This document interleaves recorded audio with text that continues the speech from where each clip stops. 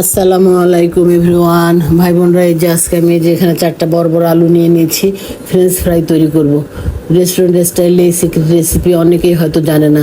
আপনারা জানলে অবাক হবেন ভাই বোনরা। মাত্র একটা উপকরণের জন্য বাসায় রেস্টুরেন্টের তৈরি ফ্রেঞ্চ ফ্রাইয়ের মধ্যে এত আকাশ পাতাল পার্থক্য থাকে। এই যে আমি এখানে আলু ছিলে নিচ্ছি, তারপরে যে আলুগুলি আমি মোটা মোটা করে একটু লম্বা লম্বা করে কেটে নিচ্ছি, আপনারা দেখতেই পাচ্ছেন। তারপরে যে আমি প্যান বসিয়ে দিয়েছি, ওর মধ্যে পানি দিয়ে দিয়েছি, পানি বলক চলে আসছে। এই যে আমি 2 চামচের মতো আন্দাজ মতো আমি ভিনেগার দিয়ে দিলাম এবং 1 চামচ লবণ দিয়ে দিলাম। জাল বন্ধ করে দিয়েছি।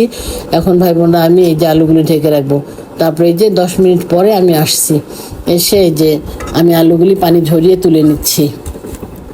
তারপরে এই যে পানিগুলি ভালো করে ঝরিয়ে নিয়ে আমি টিস্যু দিয়ে এগুলি মুছে ফেলবো।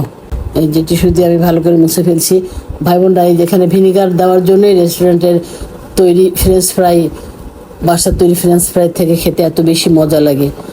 ভিতরে অনেক সফট হয় এবং খেতেও ভালো লাগে। তারপরে এই যে ভাই বোনরা, আমার আলুগুলি শুকিয়ে গেছে। তো এই যে এর মধ্যে এখন আমি কর্নফ্লাওয়ার এই যে ভালো করে একদম মেখে 10 মিনিটের মতো রেখে দিয়েছি। এখন আমি প্যান বসিয়ে দিয়েছি, রান্নার রেগুলার তেল দিয়েছি।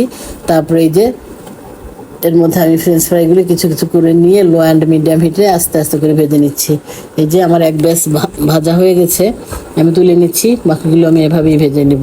তো ভাই বোন, এই যে আমার ভাজা কমপ্লিট হয়ে গেছে। এর মধ্যে আমি সামান্য চিলি ফ্লেক্স এবং গোলমরিচের গুঁড়া ছিটিয়ে দিচ্ছি। আমরা এভাবে খেতে পছন্দ করি, এই জন্যই। আপনারা দিলে দিতে পারেন, না দিলেও দিবেন না, এটা অপশনাল, সমস্যা নেই।